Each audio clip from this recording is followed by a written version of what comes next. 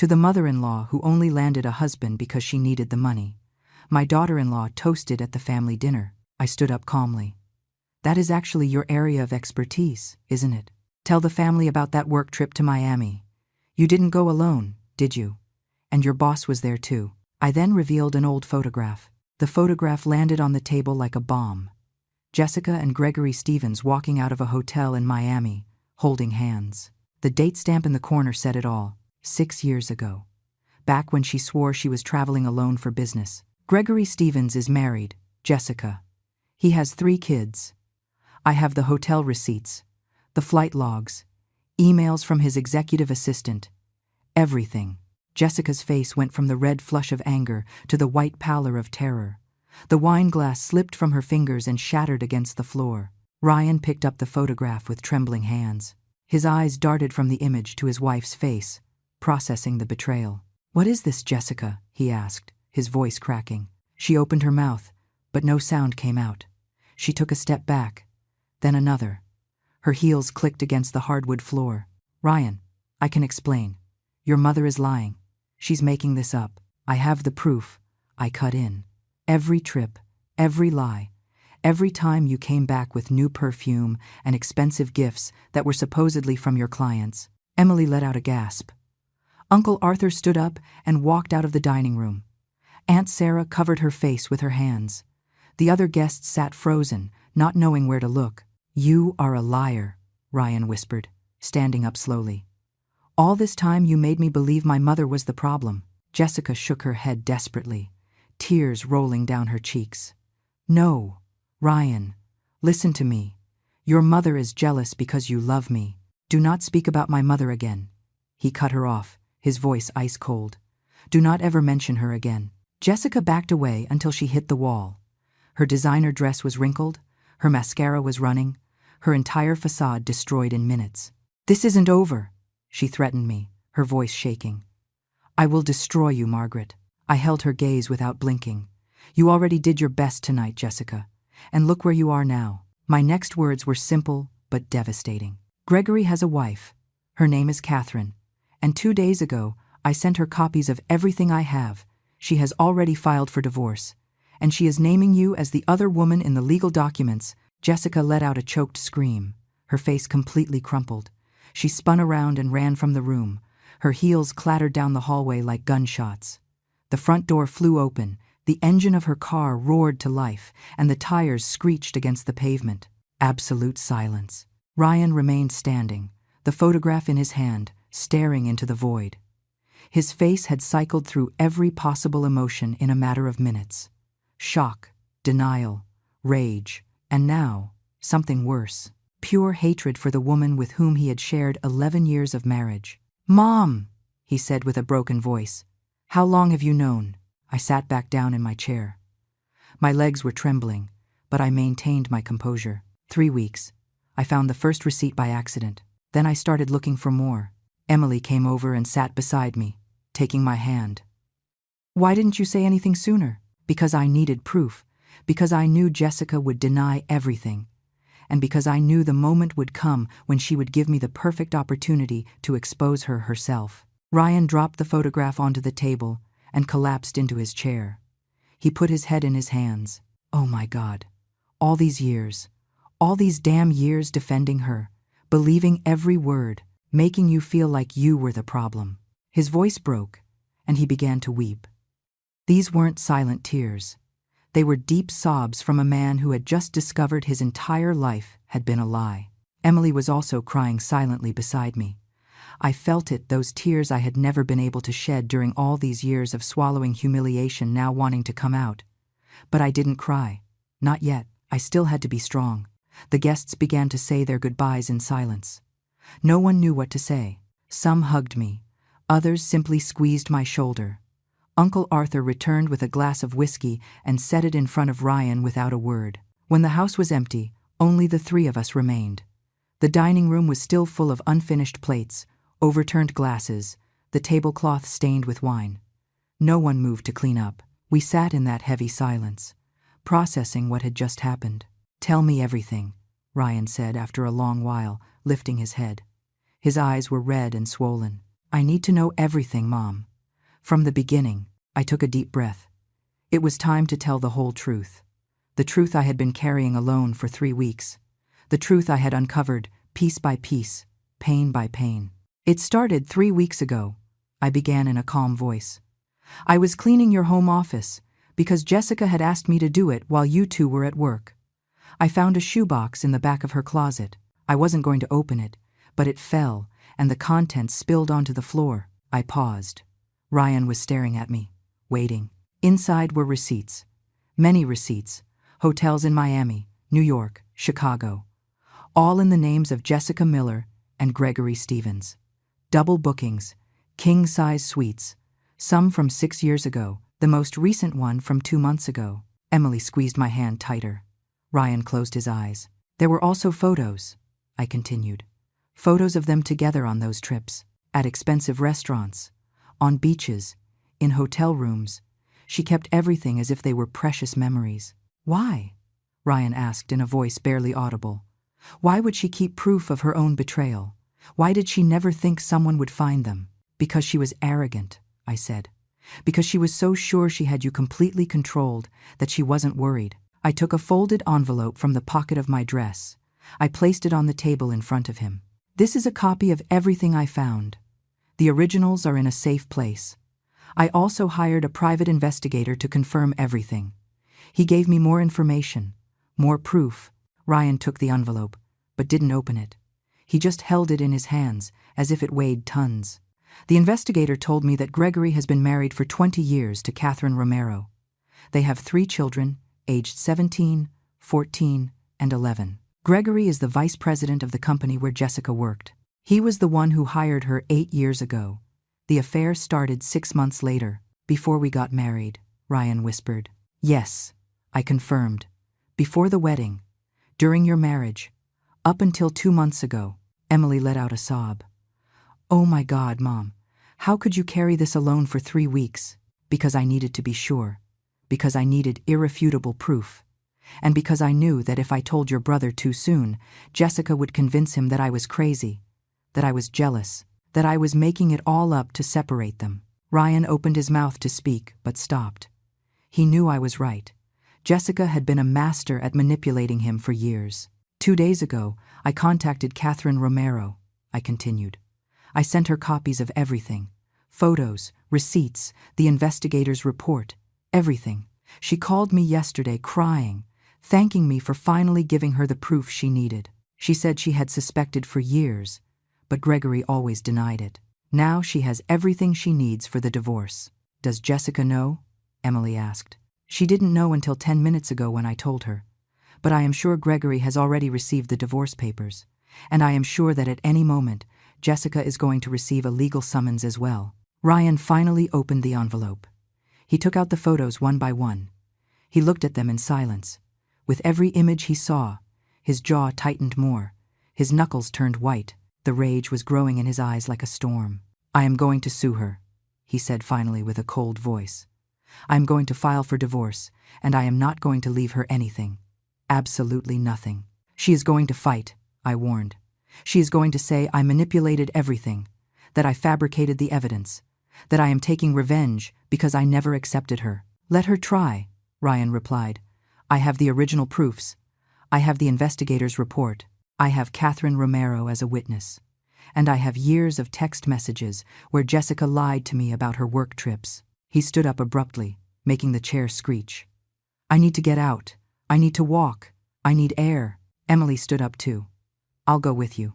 No, he said, raising his hand. I need to be alone. Just for a while. He walked over to me and knelt in front of my chair. He took my hands in his and squeezed them tight. Forgive me, Mom. Please. Forgive me. For all these years. For not listening to you. For defending her. For making you feel like you were the problem.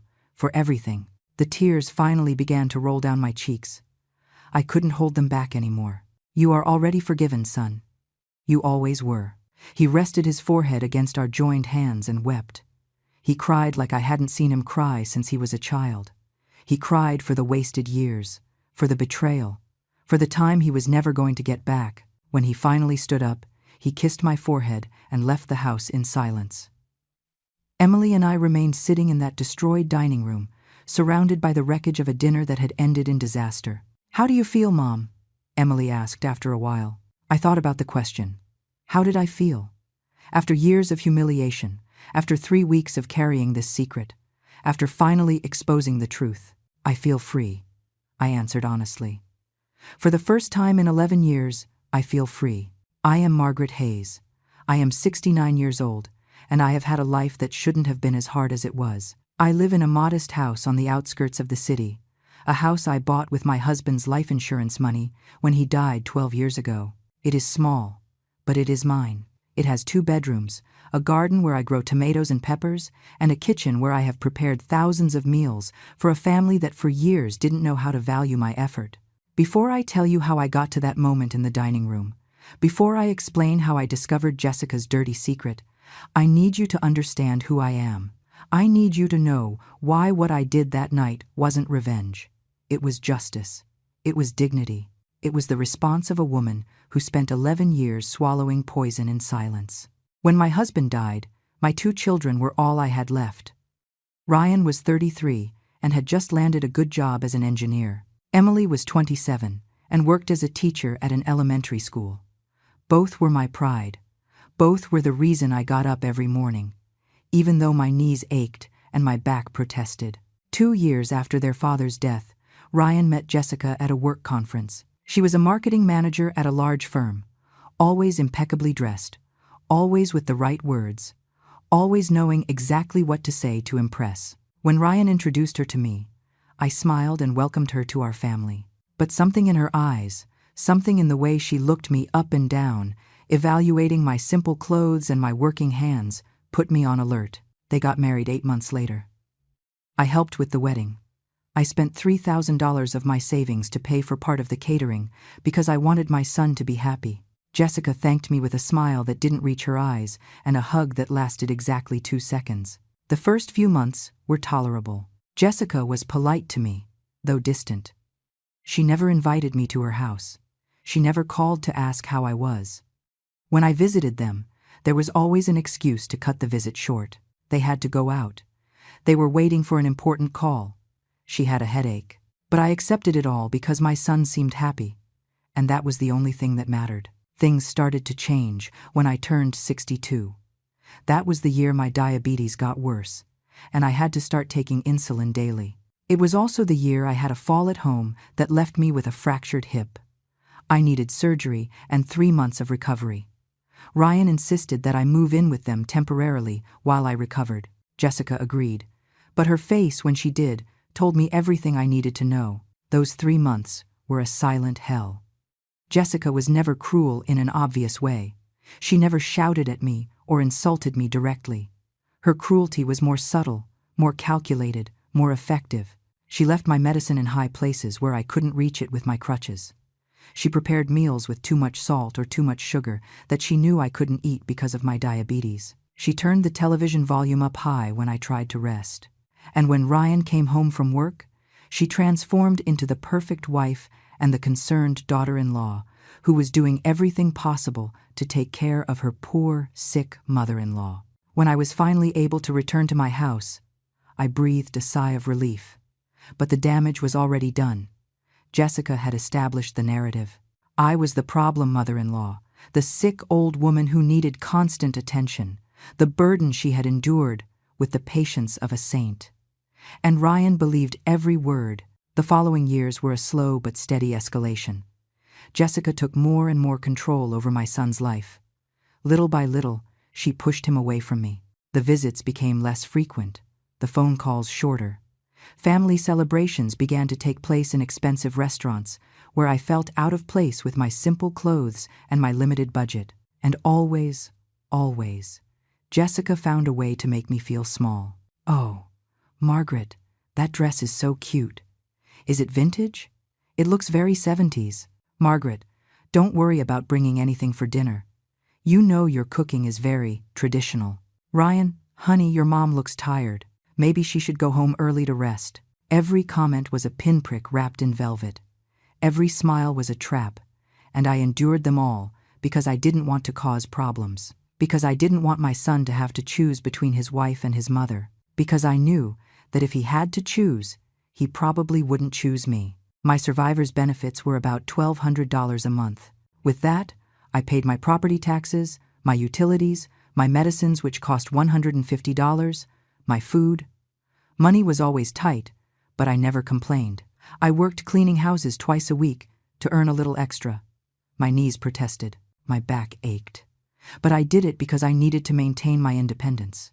Because I knew the day I depended completely on my son would be the day Jessica held all the power over me. Emily saw what was happening, but she didn't know how to help. She and Jessica never got along. Jessica treated her with the same polite disdain she treated me with.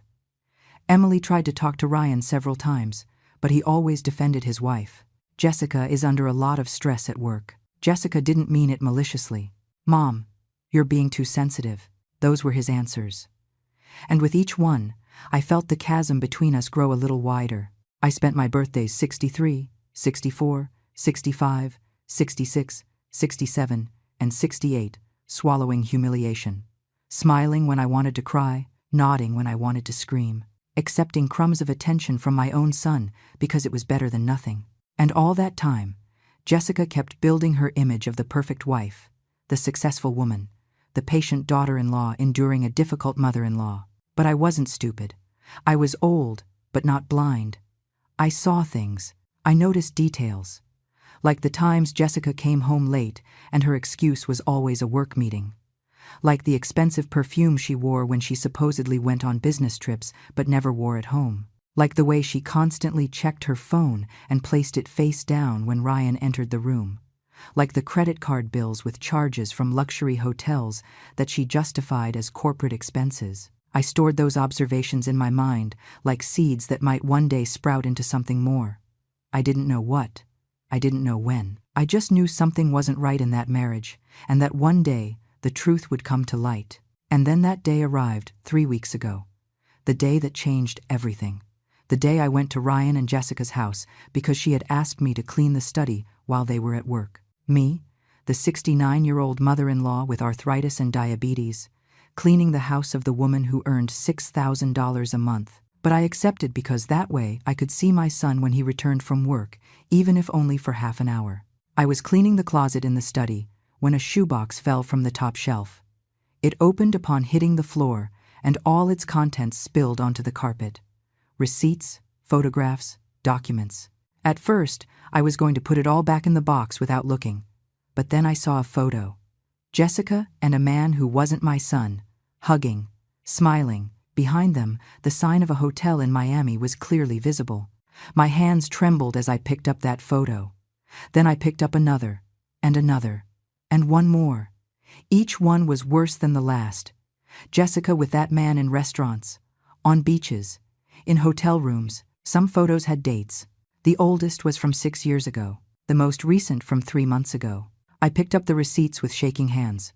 Hotel Fontainebleau, Miami Beach, 2 nights. Double room, under the names Jessica Miller and Gregory Stevens. The Plaza, New York, 3 nights, suite, same names. The Peninsula, Chicago, 1 night, deluxe room, same names. There were dozens of receipts, literally dozens. I sat on the floor of the study with all that evidence scattered around me and cried. I cried for my son who didn't know his wife was betraying him. I cried for all the years I had spent feeling guilty, believing that perhaps I was the problem. I cried for the cruelty of a woman who cheated on my son while convincing him that I was the villain. But after crying, I made a decision. I wasn't going to keep this secret. I wasn't going to protect Jessica. But I also wasn't going to run to tell Ryan without solid proof, because I knew Jessica would deny everything. She would say I had invented the photos, that I had forged the receipts, that I was desperate to destroy her marriage because I was jealous. I took my phone and photographed every receipt, every photo, every document. I saved everything on my phone, and then on a USB drive I bought that same afternoon. I put everything back in the box exactly as it was and returned it to the shelf. Jessica would never know I had discovered her secret. Not yet. 3 months before that dinner where everything exploded, my life was an exhausting routine that repeated day after day without rest. I woke up every morning at 6, although my body screamed for me to stay in bed. The arthritis in my hands had worsened over the last year, and I needed almost half an hour of gentle exercises before I could close my fists without pain. My knees creaked every time I stood up. My back protested when I bent down to pick something up from the floor, but I didn't have the luxury of complaining. I was 69 years old, but my body felt 90. At 7, I took my insulin and ate breakfast: 2 scrambled eggs, a tortilla, a few beans, no sugar, no excess salt. My diabetes gave me no truce, and I had learned to be strict with myself because I couldn't afford another hospitalization. The last time I had spent $2,000 I didn't have, and it took me 8 months to pay it off. Mondays and Thursdays, I cleaned Mrs. Samantha Torres's house, a neighbor who paid me $50 for 5 hours of work. Mopping, dusting, cleaning bathrooms, washing windows. My back killed me. But those $100 a week were the difference between eating well or going hungry the last days of the month. Mrs. Samantha was kind to me. She let me rest when she saw I was struggling to breathe. She made me fresh water. She gave me food when she had leftovers from her family gatherings. Tuesdays, I went to the health center for my monthly checkup. The doctor always told me the same thing. "Margaret, you need to lose weight. You need to exercise more. You need to reduce stress." I nodded and smiled because there was no point explaining to him that when you are 69 years old and live on $1,200 a month, stress isn't something you can simply eliminate from your life. Stress is your life. Wednesdays, I visited Emily. She lived in a small apartment near the school where she worked. We drank coffee together and talked about everything except Ryan and Jessica. Emily knew that subject hurt me too much. She knew that every time we mentioned Jessica, I ended up with a lump in my throat that lasted the rest of the day. So we talked about her students, her plans for the holidays, the movies she had seen. Those afternoons with my daughter were the only moment of real peace in my week. Fridays, I did my monthly grocery shopping. I walked the 8 blocks to the supermarket because I couldn't justify the bus fare round trip. I took my shopping cart with wheels and bought only the essentials: rice, beans, eggs, chicken, vegetables. Nothing processed because it was more expensive and less healthy. I calculated every dollar, every penny. $70 had to last me for food all month. When I got home, my feet hurt so much I had to soak them in warm water for half an hour before I could put the groceries away. Saturdays and Sundays, I tried to rest, but there was always something to do. Repair something broken in the house. Wash my clothes by hand because the washer had stopped working 6 months ago, and I didn't have money to fix it. Water my garden. Pull weeds. Tend to my tomato and pepper plants that gave me vegetables and saved me a few dollars every week. That was my life. Simple, exhausting, lonely. I didn't complain because I had known worse times. When my husband died and I was left alone with 2 children to support. When I worked 14 hours a day cleaning offices so they could go to college. When I spent entire nights sewing clothes to sell and earn a few extra dollars. Compared to those times, my current life was almost comfortable. But the loneliness weighed on me. It weighed more than the physical fatigue. It weighed more than the pain in my joints. Seeing other women my age, surrounded by their families, their grandchildren, celebrating birthdays and holidays together, while I spent most of my days alone in my house, hurt in a way I couldn't explain with words. Ryan called me once a week, always on Sunday nights. The conversation lasted exactly 10 minutes. He asked me how I was. I said fine. He told me briefly about his work. I asked him if he needed anything. He said no. Then I would hear Jessica's voice in the background saying something, and Ryan would rush to say goodbye. "Love you, Mom. Talk next week." And he would hang up. 10 minutes of my son once a week. That was all I had left of the relationship that once was the most important thing in my life. Visits were even rarer. Maybe once a month Ryan came alone to my house for an hour. He never brought Jessica. He said she was busy with work or didn't feel well. I knew the truth. Jessica didn't want to step foot in my humble house. She didn't want to sit on my old furniture or drink coffee from my chipped mugs. She didn't want her expensive shoes touching my concrete floor. And Ryan, my son who had once promised to always take care of me, had accepted that situation without protest. During those 3 months before the dinner, after having discovered Jessica's secret, My life continued the same on the surface, but everything had changed inside. I knew the truth now. I knew that the woman who had made me feel less for years, who had subtly humiliated me at every opportunity, who had pushed my son away with lies and manipulations, was herself a liar and a traitor. But I said nothing. Not yet. Because I needed more than the photos and receipts I had found. I needed irrefutable proof. I needed a case so solid that not even Jessica, with all her smooth talk, could deny it. 2 days after finding the box, I went to a coffee shop with Wi-Fi and searched for the name I had seen on the receipts. Gregory Stevens. It wasn't difficult to find him. He was the vice president of sales at the same company where Jessica worked, 52 years old, married to Catherine Romero, 3 children. His LinkedIn profile showed a photo of an attractive man with graying hair and a confident smile.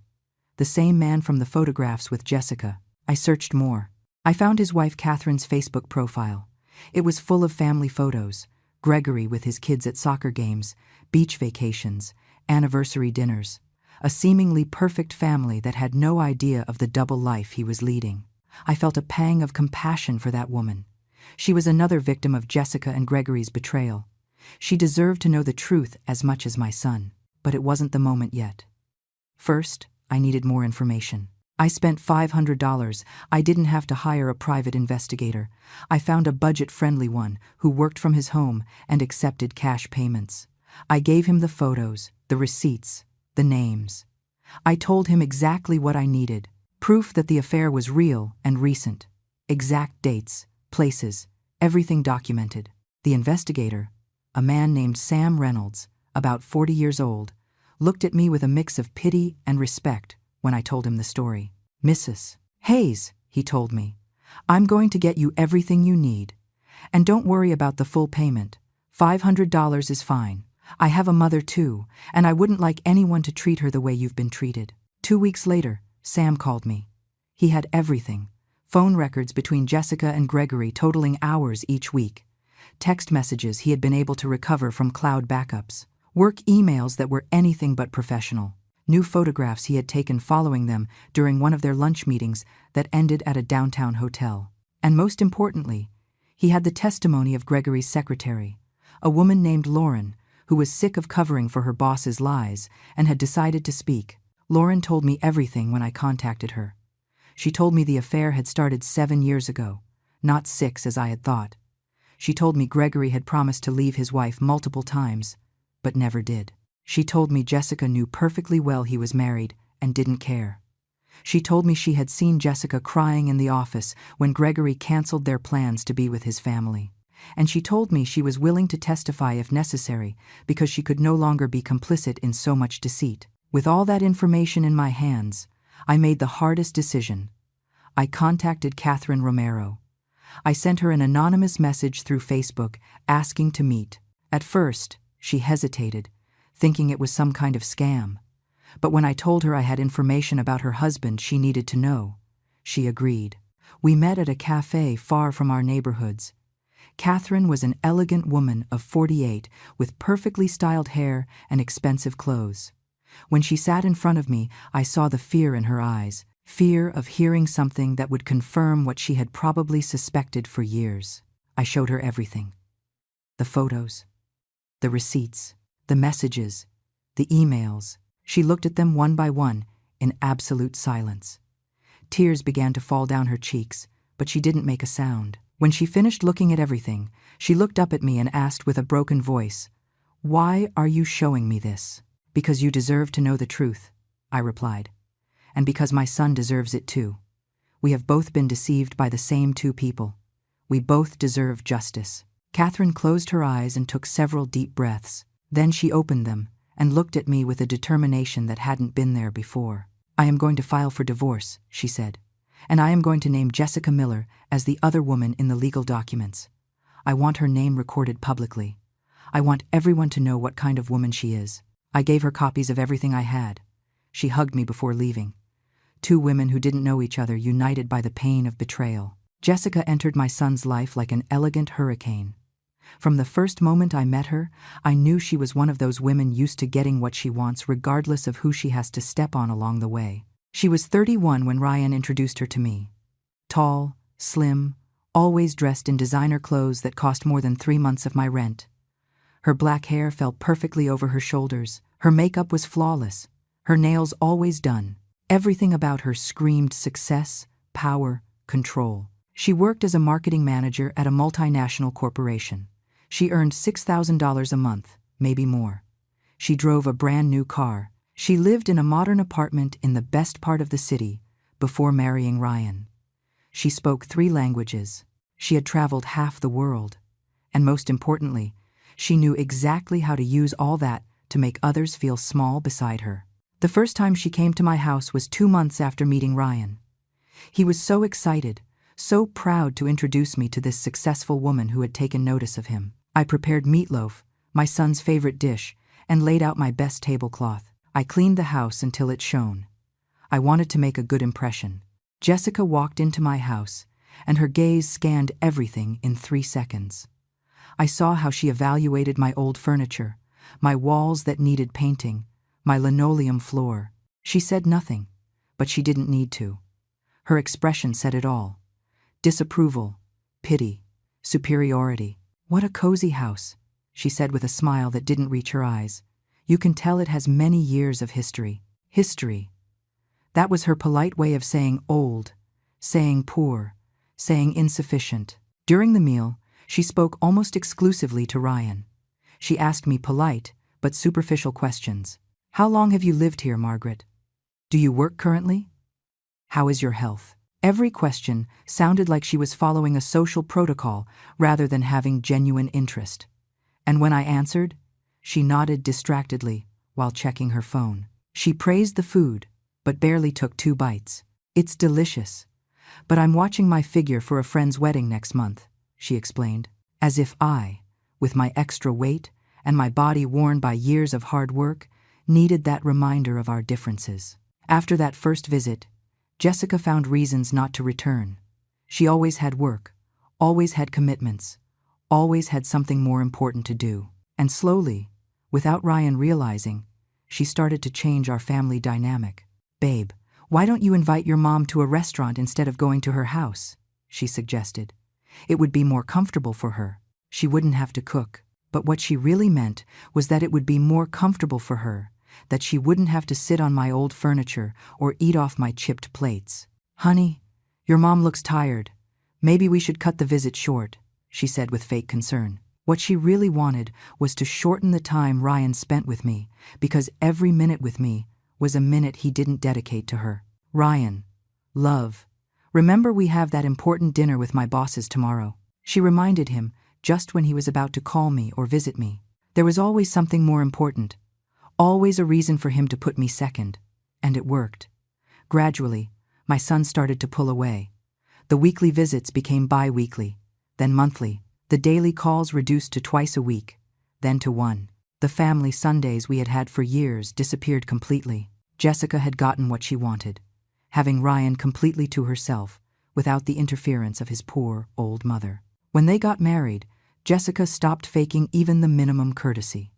At the wedding, they seated me at a table in the back, far from the head table where they were. Emily protested, but Ryan said Jessica had organized everything and it had to stay that way. In the family photos, Jessica made sure to stand as far away from me as possible, and when the time came for the dancing, she danced with her father, with Ryan, with her friends, but she never asked me to dance with my son. The following years were a masterclass in subtle cruelty. Jessica never yelled at me, never openly insulted me, never did anything Ryan could point to as obvious mistreatment. Her cruelty was more sophisticated than that. It was the kind of cruelty that makes you doubt yourself, makes you wonder if you are being too sensitive, makes you feel guilty for feeling hurt. When I gave them a gift, there was always a comment. "Oh, Margaret, what a nice gesture. I'm going to keep it with much affection," which meant she was going to throw it in the trash as soon as I left. Once I knitted a scarf for Ryan that took me 3 weeks to finish. Jessica said, "How sweet, honey.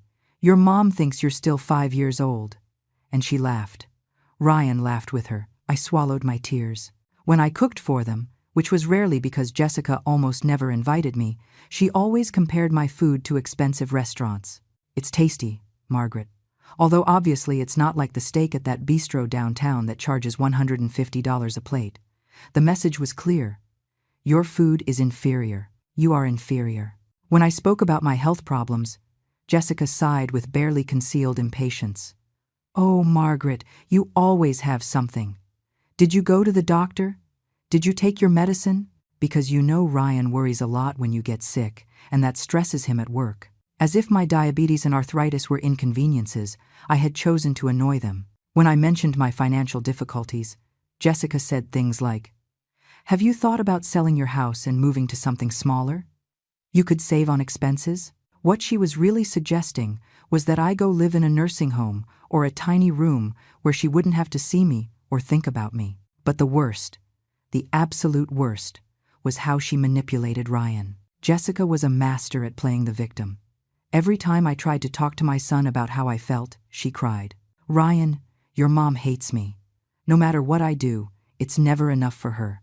I am so tired of trying to earn her approval." And Ryan, my son who had once been my best friend, called me to scold me. "Mom, why can't you get along with Jessica? She is making an effort. Why do you have to be so critical? Why can't you just be happy for me?" I tried to explain. I tried to make him see how she treated me when he wasn't present. But Jessica was too smart. She never left evidence. There were never witnesses. It was my word against hers. And he believed her. "Mom, I think you're jealous," he told me once. "You're jealous because I'm not just yours anymore. Because I have a wife who also needs my attention. You need to learn to share." Those words destroyed me. Jealous? I wasn't jealous. I was hurt. I was tired. I was being systematically humiliated and pushed away from my own son by a woman who had decided I had no place in her perfect life.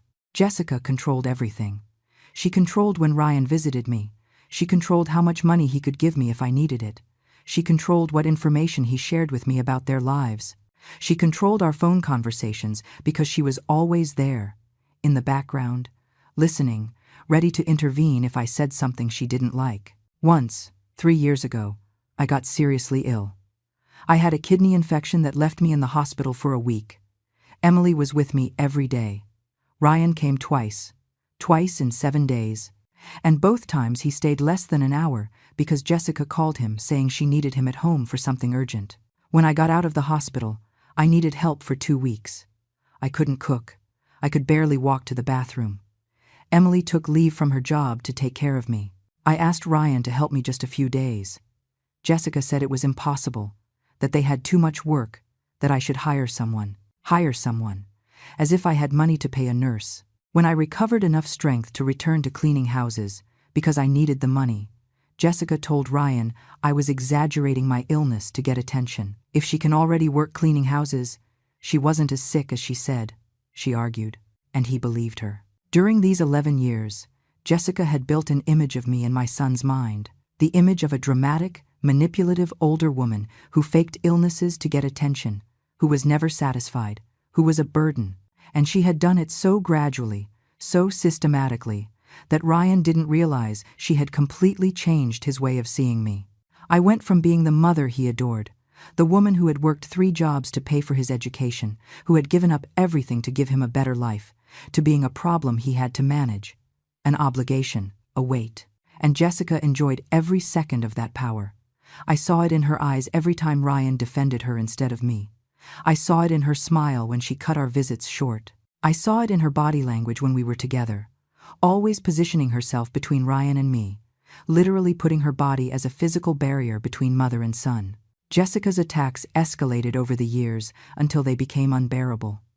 What had started as subtle comments and looks of disdain transformed into calculated humiliations that left me breathless. And the worst was that she always made sure to do it in such a way that I seemed like the one overreacting if I complained. 2 years ago, on my 67th birthday, Ryan invited me to dinner at an expensive Italian restaurant. I put on my best dress, the same one I had worn to his wedding, which already looked worn. When I arrived at the restaurant, Jessica looked me up and down and said loudly, loud enough for nearby tables to hear, "Oh, Margaret, that dress is the same one you wore 5 years ago. Haven't you thought about updating your wardrobe? There are stores with very nice and cheap clothes. I can take you one day if you want." The word cheap echoed in my ears. People at nearby tables turned to look at me. I felt my face turn red with shame. Ryan said nothing. He simply changed the subject, as if his wife hadn't just publicly humiliated me. I spent the entire dinner with a lump in my throat, unable to enjoy the food that cost more than what I spent on feeding myself for a whole week. A year and a half ago, I had to ask Ryan to lend me $300 because my landlord had raised the rent and I didn't have enough to cover it that month. I promised him I would pay it back in 2 months when I received extra payment from a cleaning job I had secured. Jessica heard the conversation and laughed. A short, dry, cruel laugh. "Ryan, honey, your mom always needs money. Don't you think it's strange? What does she spend it on? Because with $1,200 pension, it should be perfectly enough if she knew how to budget." I froze. Ryan hesitated. I saw the doubt in his eyes. Jessica continued. "Honey, we have expenses too. We can't be eternally subsidizing your mom. She needs to learn to live with what she has." Ryan gave me the $300, but his look had changed. It was no longer concern for my situation. It was annoyance. As if I were an irresponsible child asking for money for whims. I paid back every cent in exactly 2 months, working overtime that made my knees swell so much I could barely walk. When I handed him the money, Jessica said, "See, Margaret, you could do it.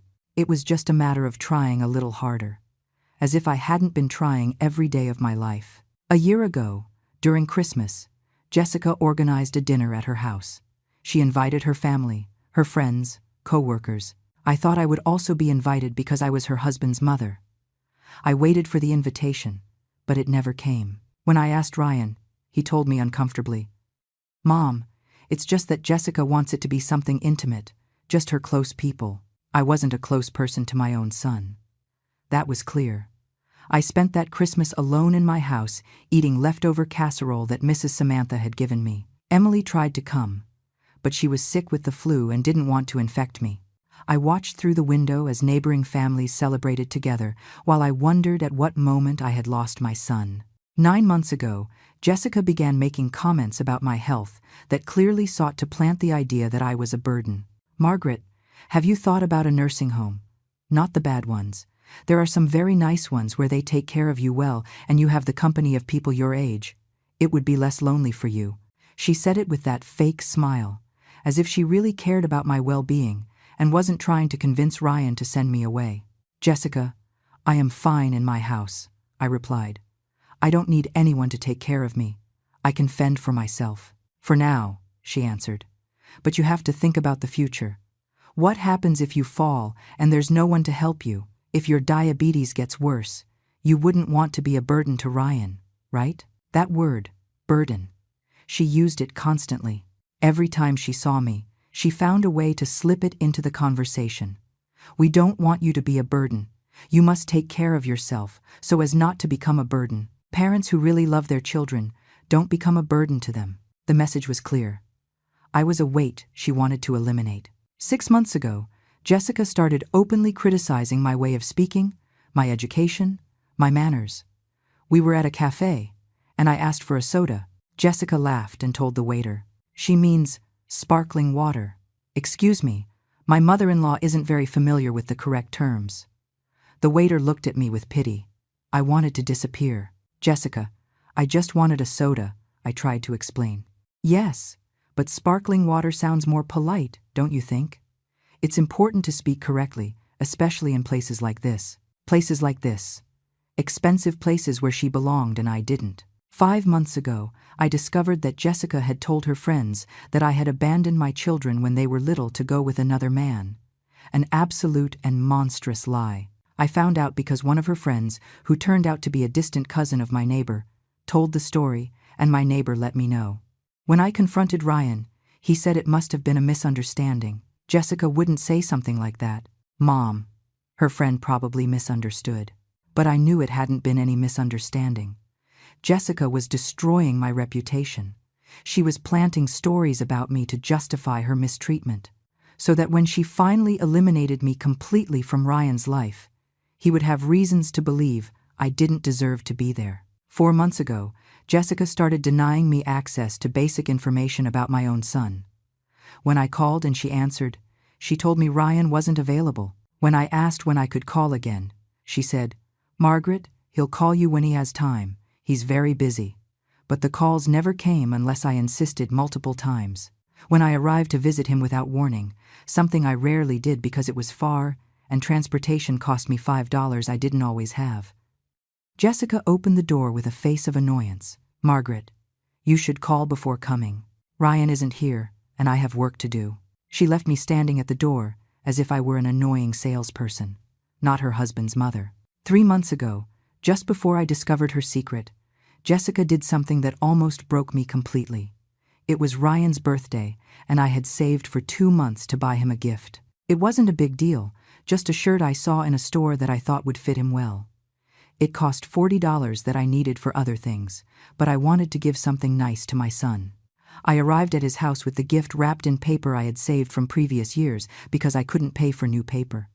Jessica opened the door. "Oh, Margaret, what a surprise. We didn't know you were coming, but I had sent a message to Ryan telling him I would stop by in the afternoon." I went in and gave the gift to my son. He opened it and smiled. "Thanks, Mom. It's nice." Jessica approached, took the shirt, and inspected it. "It's regular cotton. Ryan only wears Egyptian cotton because he has sensitive skin. But thanks for the gesture, Margaret. It's the thought that counts." "No." And she left the shirt on a chair with a carelessness that made it clear it would end up in the donation pile. I had spent $40. $40 that meant eating rice and beans for a week, and she had discarded it like trash in a matter of seconds. That night I cried myself to sleep. I cried for all the years of accumulated humiliations.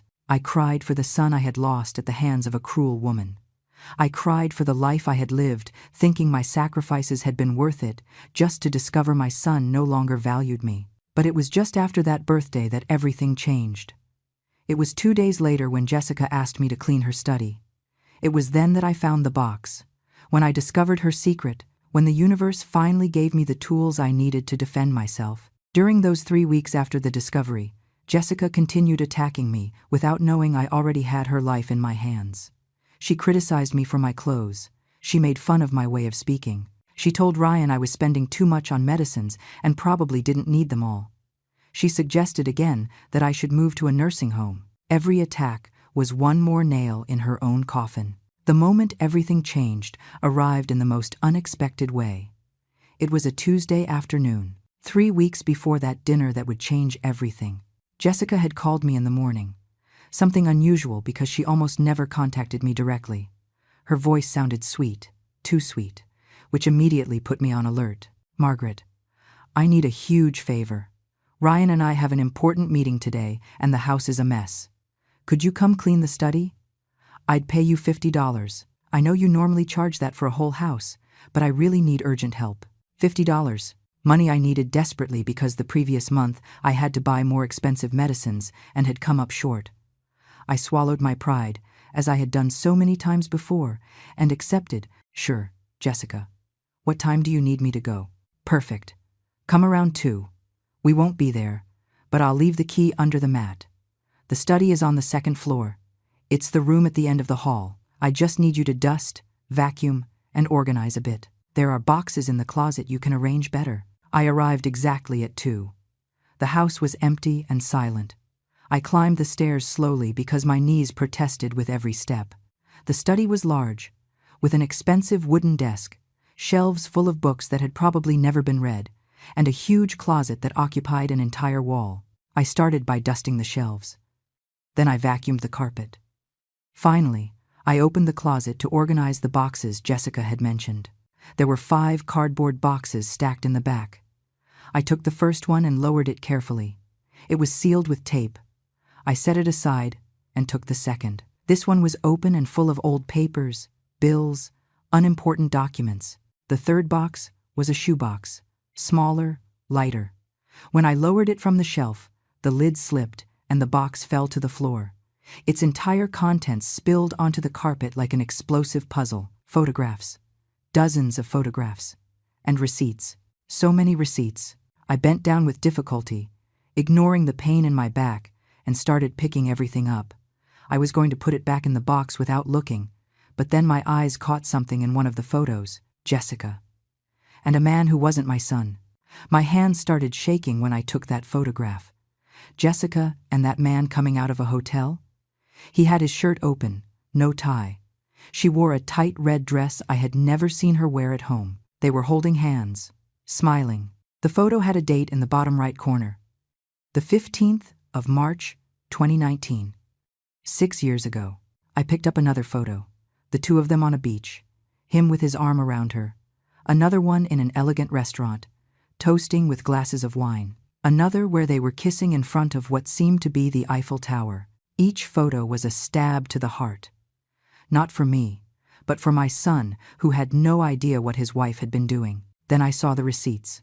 The first one I picked up was from the Hotel Fontainebleau in Miami Beach. 2 nights. Deluxe room with ocean view, $1,200. Under the names Jessica Miller and Gregory Stevens. The date, March 2019. The same date as the first photo. I kept picking up receipts with hands that were now shaking uncontrollably. The Plaza in New York. $2,000 for 3 nights.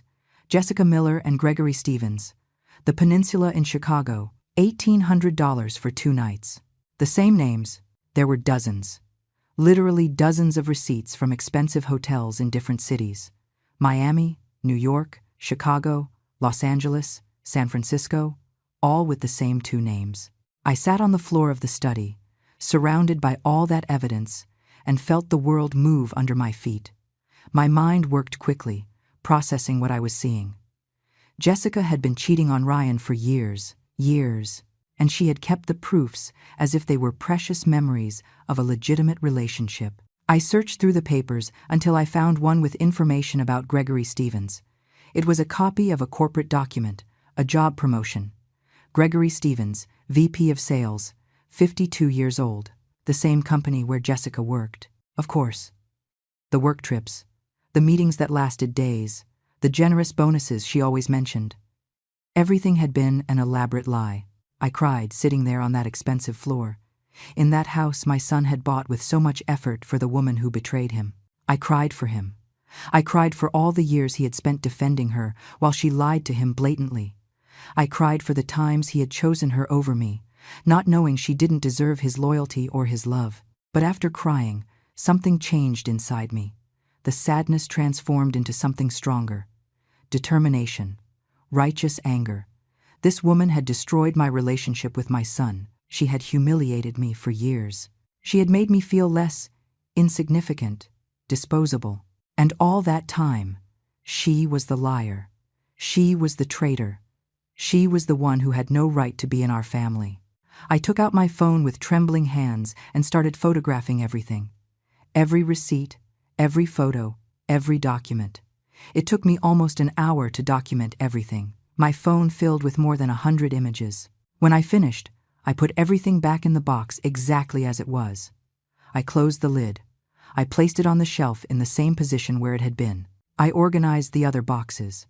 I finished cleaning the study as if nothing had happened. When I left that house at 5 in the afternoon, I was no longer the same woman who had entered. Now I had power. I had information. I had the truth. But I knew I couldn't simply run to tell Ryan what I had found.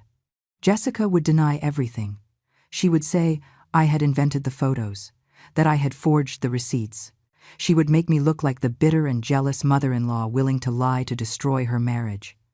And Ryan, my son who for years had chosen to believe her over me, would probably believe her again. I needed more. I needed irrefutable proof. I needed a case so solid that not even Jessica with all her manipulation could escape. That same night, after saving the photos in 3 different places, my phone, a USB drive, and the cloud, I started my investigation. I searched the internet for information about Gregory Stevens. It wasn't hard to find him. He had profiles on LinkedIn, Facebook, Instagram. His life was there, exposed for anyone who wanted to see it. LinkedIn showed his professional career, vice president of sales at the same company where Jessica worked. He had been there for 25 years, climbing the ranks. His photo showed an attractive man of 52 with graying hair and a confident smile. The same man from the photographs with Jessica. But it was Facebook where I found the most important information. Gregory Stevens was married. His relationship status clearly said, married to Catherine Romero. His profile was full of family photos. Gregory with his wife on their 20th anniversary. Gregory with his 3 children at a soccer game. Gregory on family vacation in Cancun. A seemingly perfect family that had no idea of the double life he led. 3 children, 17, 14, and 11 years old, according to the photos. Children who were going to suffer when the truth came to light. A wife who had dedicated 20 years of her life to a man who cheated on her. I felt a pang of pain for that unknown family. They were also victims of this. During the following days, I became a detective. I spent $500. I didn't have to hire a private investigator. I found one on the internet who offered discreet services and reasonable prices. His name was Sam Reynolds, and he worked from a small office downtown. When I met with him and told him the situation, he looked at me with a mix of professionalism and compassion. Mrs. Hayes, I understand perfectly what you need. I'm going to get you additional proof, call logs, text messages if possible, testimonies, everything you need so your son can't deny the truth. I gave him copies of the photos and receipts. I gave him the names. I told him everything I knew. How much will it cost? I asked, fearing the answer. Normally I charge $1,000 for a case like this, he replied. But I see you aren't doing this for revenge. You're doing it to protect your son. I'll charge you $500, and you can pay me in 2 parts, $250 now and $250 when I hand you the complete report. I gave him the first $250 I had taken from my emergency savings account, money I was saving for some medical urgency. But this was more urgent. This was saving my son from a life based on lies. Sam worked for 2 weeks. Every few days he called me to give me updates. Mrs. Hayes. I got the call logs. Jessica and Gregory talk on average 2 hours a week. Mrs. Hayes. I found someone who worked with them and is willing to talk. Mrs. Hayes. I followed them for 3 days and have new photos of them together. When we finally met for him to hand me the complete report, I could barely breathe from anticipation. Sam put a thick folder full of documents on the table. Here is everything, Mrs. Hayes. And I have to tell you, this is one of the clearest cases I have investigated. There is no doubt whatsoever about what is happening. I opened the folder and started reviewing. There were new photos of Jessica and Gregory leaving a downtown hotel just a week ago. There were call logs showing conversations that lasted hours. There were copies of work emails that were anything but professional. I can't stop thinking about the last time we were together. I count the days until our next trip. I love you, even though I know I shouldn't. And most importantly, there was a testimony. Lauren, Gregory's secretary, had agreed to talk. Her statement was typed and signed. Lauren's statement was devastating. Sam had gotten her to write down everything she knew and sign it.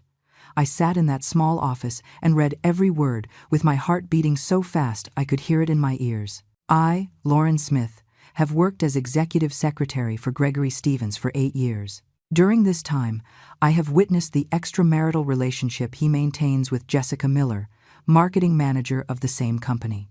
The affair began approximately 7 years ago, when Mrs. Miller had been working at the company for only a year. I have been forced to lie repeatedly to cover their meetings, booking hotel rooms under the pretext of business trips, canceling real meetings so they could see each other, and lying to Mr. Reenkand, Stevens's wife, about his whereabouts on multiple occasions. I can no longer continue to be complicit in this deceit. I am willing to testify about what I have seen if necessary for the truth to come to light. My hands shook holding that paper. Sam watched me in silence, giving me time to process everything. Is she really willing to testify? I asked. Yes, Mrs. Hayes. I spoke at length with her. She is tired of lying.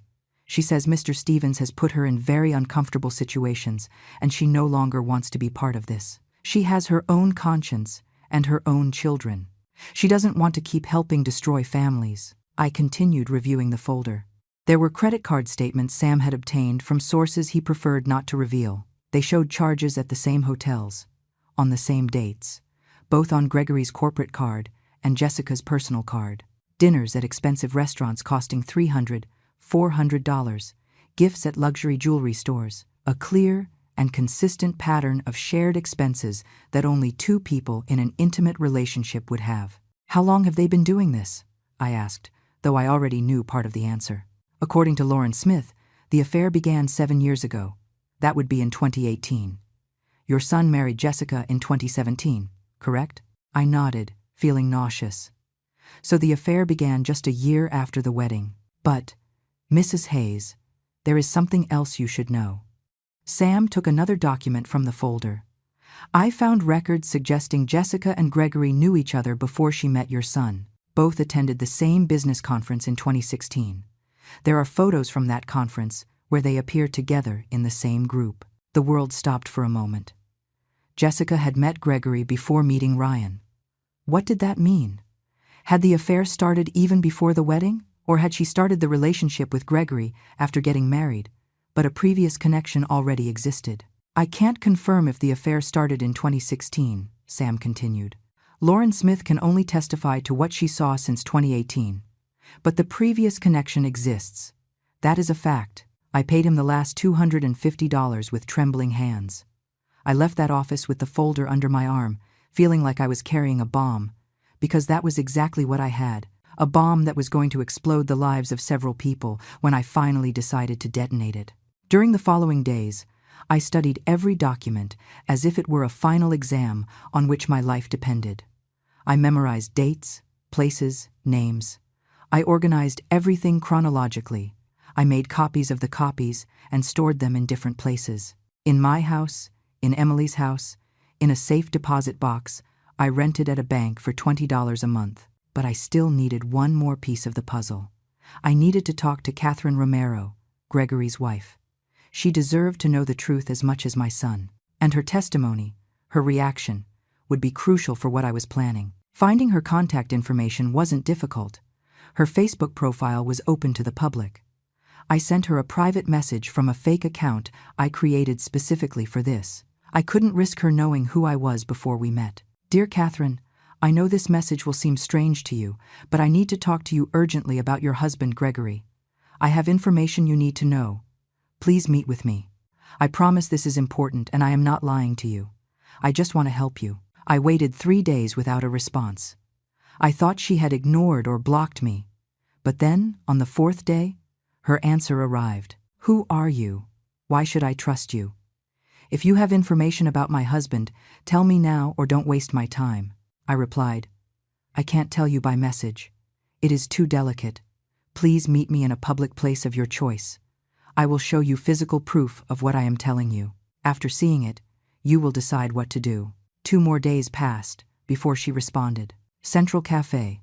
Tomorrow at 3 in the afternoon. I'll be at a table in the back. Bring what you say you have. I arrived at Central Cafe 15 minutes before 3.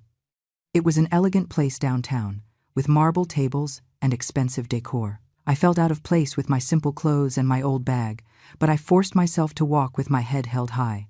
I was the one who held the power now. I was the one who had the truth. Catherine Romero arrived exactly at 3. I recognized her immediately from her Facebook photos. She was an elegant woman of 48, slim, well-dressed, with brown hair, perfectly styled. She wore designer clothes and a watch that probably cost more than 6 months of my rent. She sat in front of me with an expression of distrust mixed with curiosity.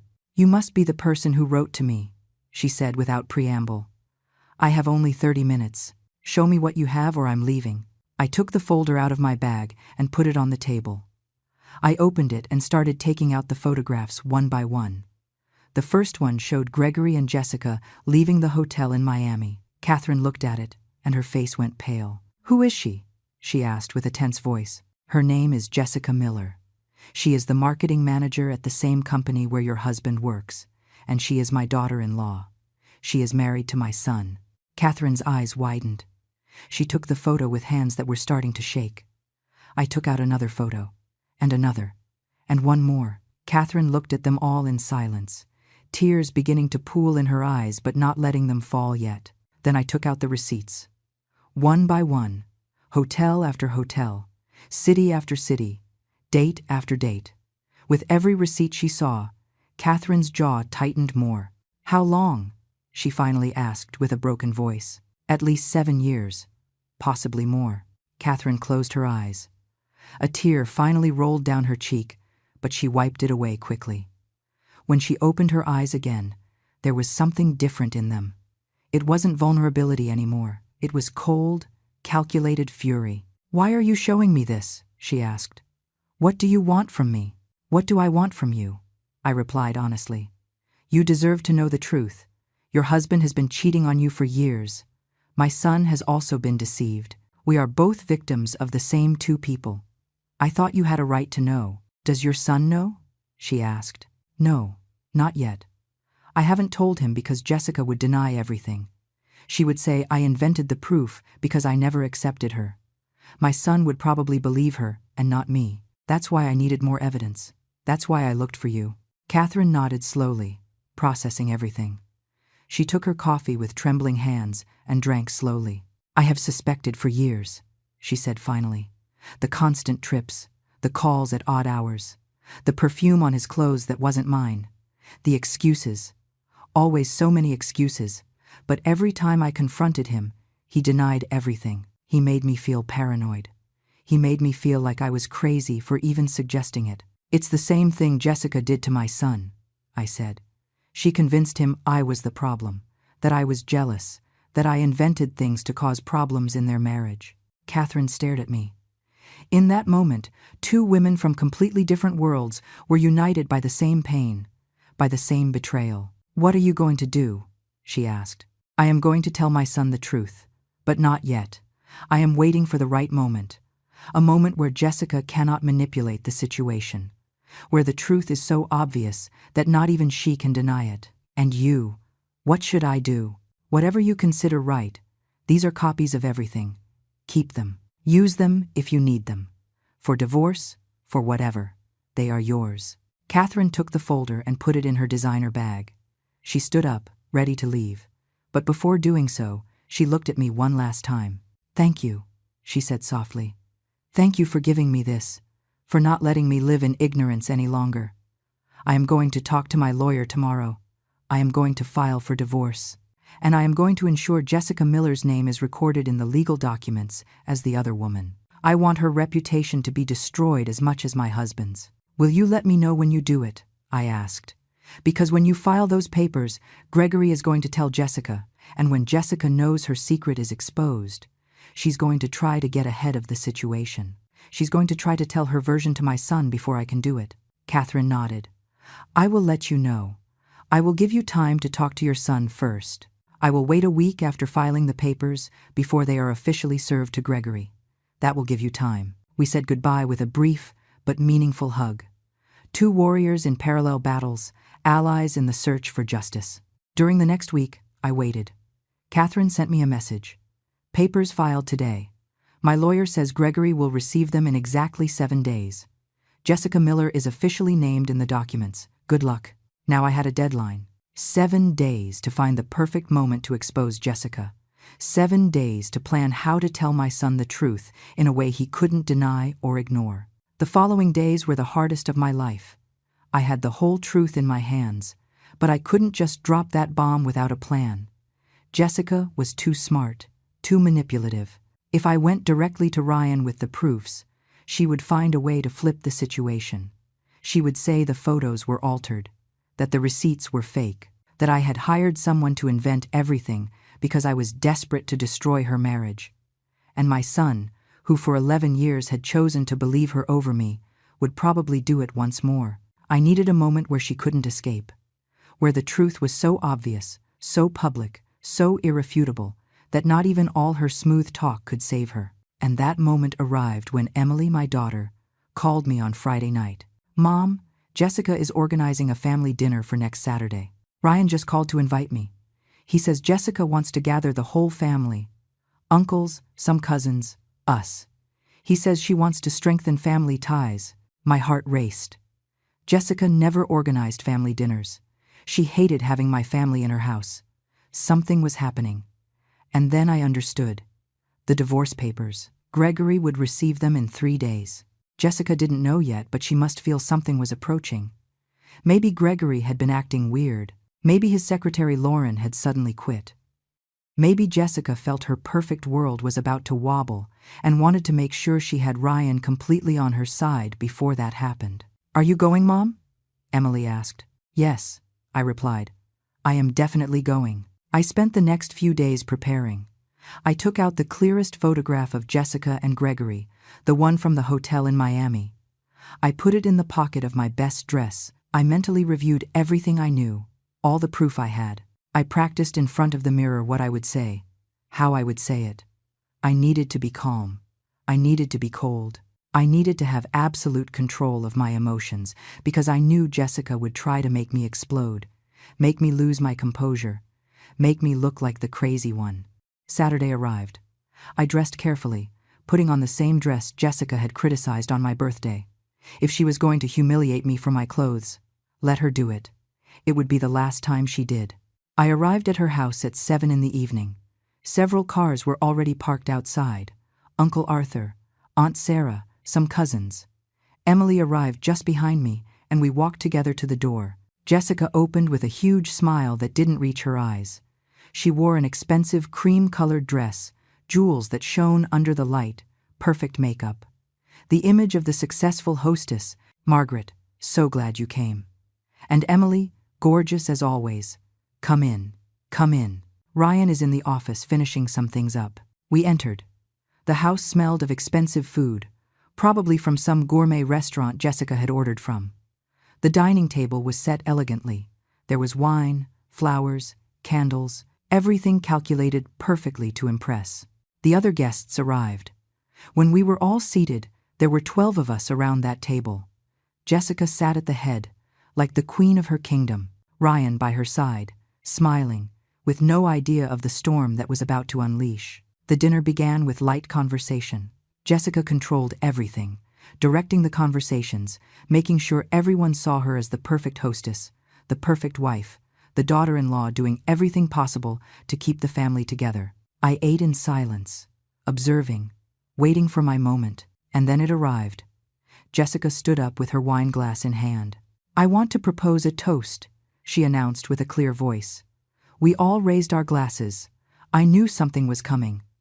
I could see it in her eyes, that spark of malice I knew so well. "I want to toast to family," she began, "to the bonds that unite us, to the support we give one another." She paused, her eyes meeting mine, and then she said it. "To the mother-in-law who only landed a husband because he needed the money." The silence fell like thunder.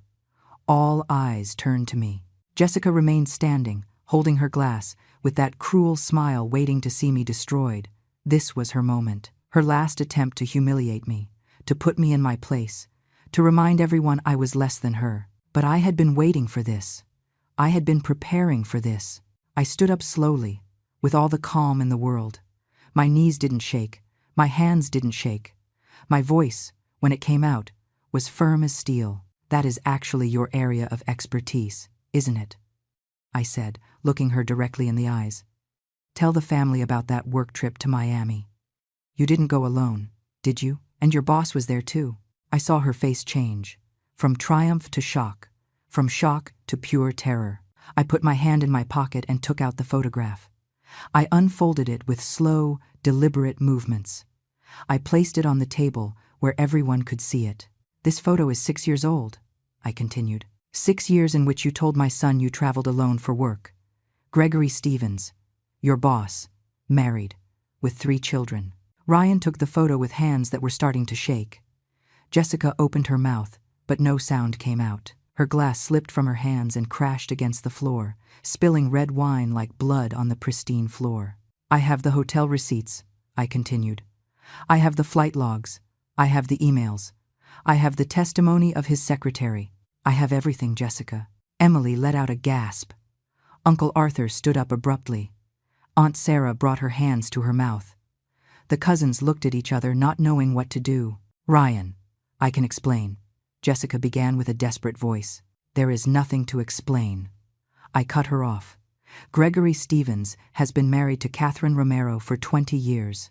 She just filed for divorce papers. And your name, Jessica, is officially recorded in those legal documents as the other woman." Jessica's face completely crumpled.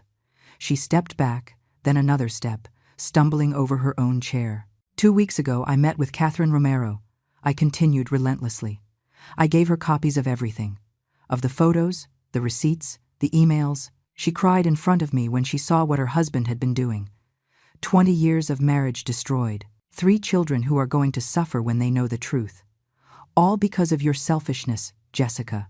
Ryan kept looking at the photo, his eyes moving from the image to his wife's face.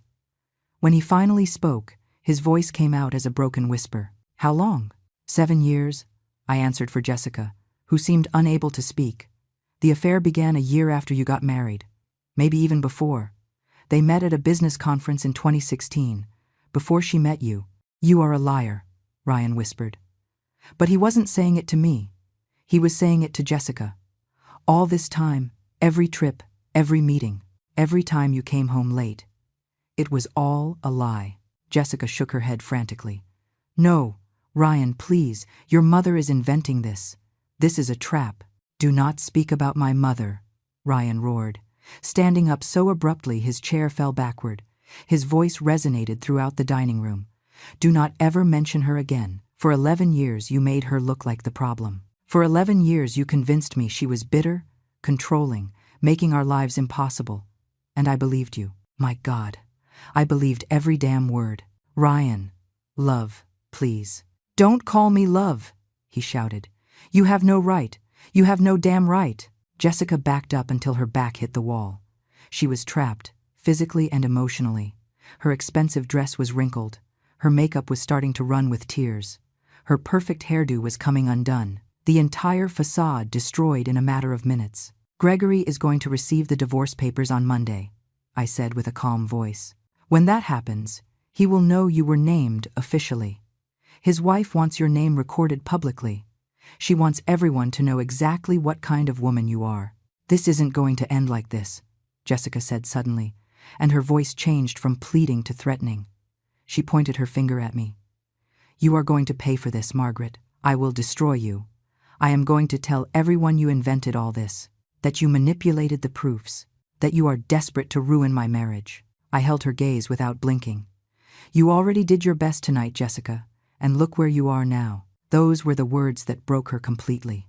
She let out a choked scream, half sob, half roar of rage, and ran out of the dining room. We heard her heels down the hall, the front door opening violently, the engine of her car starting. The tires screeched against the pavement as she drove away. Absolute silence. No one moved. No one spoke. Ryan remained standing, with the photograph still in his hand, looking at the empty space where Jessica had been seconds before.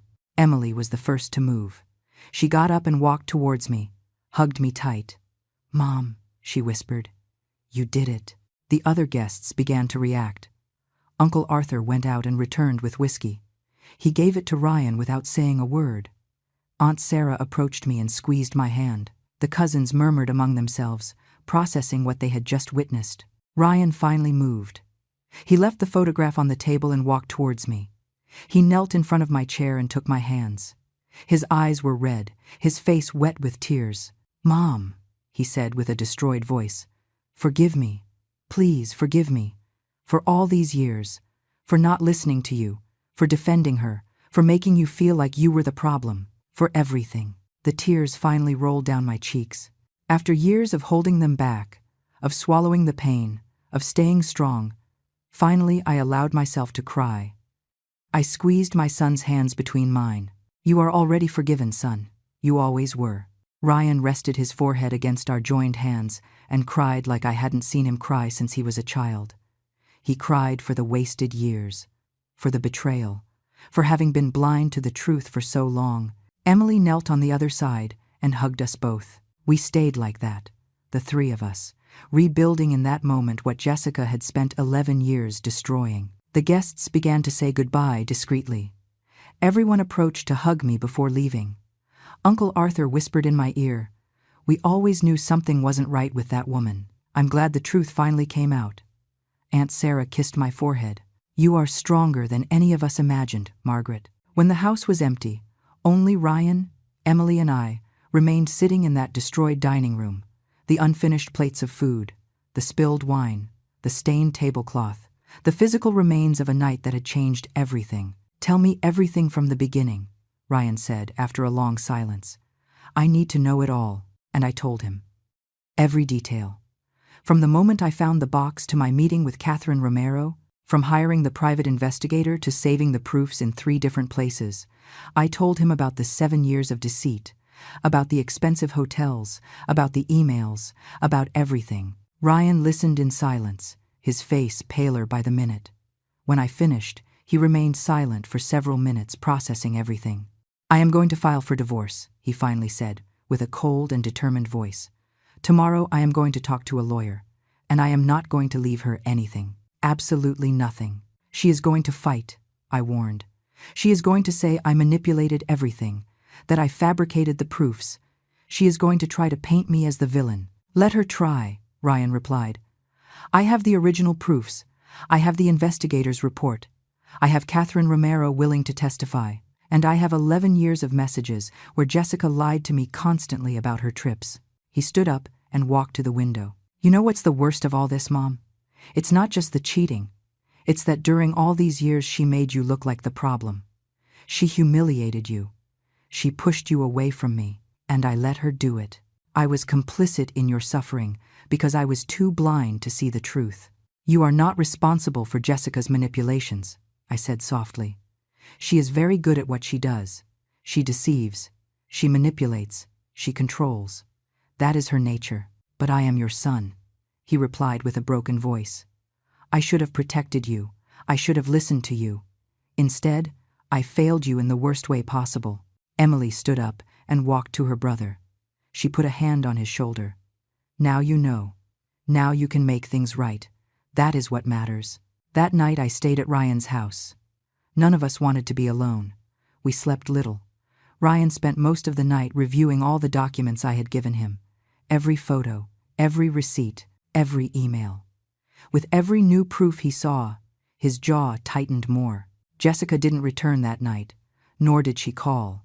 Her silence was deafening. Sunday morning, Ryan began making calls. First to a divorce lawyer a friend recommended, then to his bank to protect his accounts. Then to the company where both worked to inform them of the situation and ask to be transferred to another office so he wouldn't have to see her. On Monday, just as Catherine Romero had promised, Gregory Stevens received the divorce papers.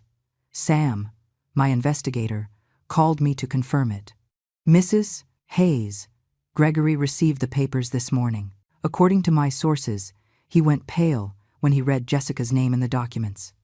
He ran out of his office and hasn't returned. An hour later, Jessica finally called Ryan. I was there when he answered. He put it on speaker so Emily and I could hear. Ryan, please, I need to talk to you. Her voice sounded desperate. Gregory just received the divorce papers. His wife named me. This is going to become public. I need you to listen to me. I need to explain. There is nothing to explain, Ryan replied with a cold voice. My lawyer already prepared the divorce papers. You are going to receive them tomorrow. And just like Catherine Romero did with her husband, I am also going to name you publicly as the adulterer. Your name is going to be recorded. Ryan, please. Gregory Stevens has 3 children who are going to find out what their father did. My mother, who is 69 years old and has worked her whole life until her knees hurt, had to be the one to discover your betrayal. Do you have any idea of the pain you have caused? Jessica began to cry on the other end of the line. I love you, Ryan. I know I made mistakes, but I love you. You don't know what love is. He cut her off. Love doesn't lie. Love doesn't spend 7 years cheating while destroying its partner's relationship with his own mother. Do not contact me again unless it is through lawyers. And he hung up. His hands were shaking, but his face showed determination. The following days were a whirlwind. Jessica tried to call several times more, but Ryan never answered. She received the divorce papers on Tuesday and, according to Ryan's lawyer, she collapsed when the courier handed them to her. She tried to negotiate, but Ryan was inflexible. 0 concessions, 0 negotiations, only divorce and complete separation. The news began to spread. In the office, everyone found out. Jessica's colleagues began to treat her differently, some with pity, others with contempt. Gregory was demoted from his position as vice president.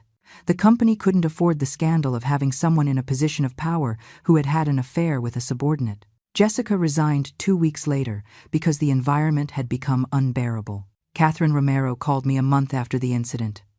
"Margaret, I wanted to thank you again. My divorce is moving forward. My children are in therapy, processing everything, but they are going to be okay. And I am finally free from a marriage that was a lie." "How are your kids?" I asked. "Hurting, angry, confused. But with time they will heal. The truth hurts, but it is better than living a lie." She was right. The truth had hurt. It had destroyed families. It had exposed secrets that had been buried for years. But it was better than continuing to live in deceit. Ryan started therapy to process everything. He asked for my forgiveness 1,000 times more. I gave it to him every time. We began to rebuild our relationship slowly. He started visiting me twice a week. He called me every day. He helped me financially without me having to ask, depositing $500 extra each month so I wouldn't have to keep cleaning houses with my destroyed knees. "Mom, I should have done this years ago," he told me when I tried to reject the money. "I should have taken care of you like you took care of me all your life. Let me make up for at least a little of the lost time." Emily became a fundamental pillar. She had seen everything from the beginning, but hadn't been able to do anything because Ryan wouldn't listen to her. Now the three of us were united again, the family Jessica had tried to destroy but had survived. 3 months after the incident, I was in my garden, watering my tomato plants, when I heard a car stop in front of my house. I looked up and saw Jessica getting out of a taxi. She looked completely different. No makeup, simple clothes, unstyled hair, eyes red and swollen. She walked towards me slowly. I stayed where I was, hose still in hand, waiting. "Margaret," she said with a hoarse voice, "I need to talk to you." "We have nothing to talk about, Jessica. Please, just 5 minutes." I turned off the water and stared at her. "Speak." "I lost everything," she began, tears rolling down her cheeks. "My job, my marriage, my reputation. Gregory blocked me on everything. Ryan won't answer me. I have no one." "You reaped what you sowed," I replied without emotion. I know, and I accept it. But I need you to understand. I never wanted to hurt you. I was just protecting my secret. And the only way I knew was to push you away from Ryan. You humiliated me for 11 years. You made me feel less. You destroyed my relationship with my son. And now you come to ask me, what exactly? Forgiveness? Compassion? Jessica covered her face with her hands and sobbed. "I don't expect your forgiveness. I just needed to tell you I'm sorry, that you were right, that I was cruel and ruthless, that you deserved respect and I never gave it to you." I watched her cry without feeling anything, not satisfaction for seeing her destroyed, not pity for her situation, just emptiness. "Get out of my house, Jessica, and don't come back." She nodded between sobs, turned around, and left. I watched her get into the taxi and drive away. And that was the last time I saw her. The divorce was finalized 4 months later. Jessica received nothing because she had signed a prenup that Ryan, thank God, had insisted on making before getting married. She tried to fight, but her lawyer told her she had no case. The infidelity was documented. The proofs were irrefutable. Ryan began to rebuild his life. He moved to a smaller apartment. He started going out with friends again. He even started dating someone new 6 months later. A woman named Samantha, who was a teacher like Emily, and who treated me with the respect I always deserved from the first moment I met her. I also began to heal. The constant visits from my children filled the void I had felt for years.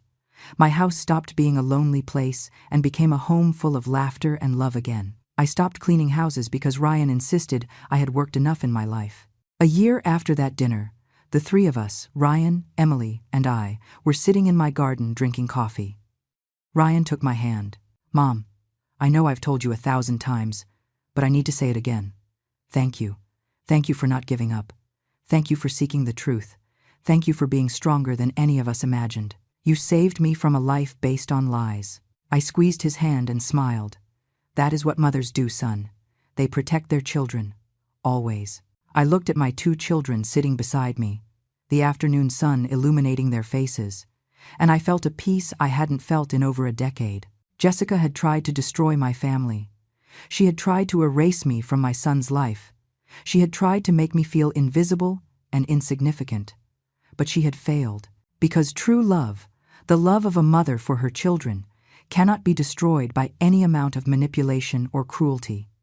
It can be hurt, it can be tested, but it always finds a way to survive. And I had survived. More than that, I had won. Not because Jessica had been destroyed, but because my family was united again.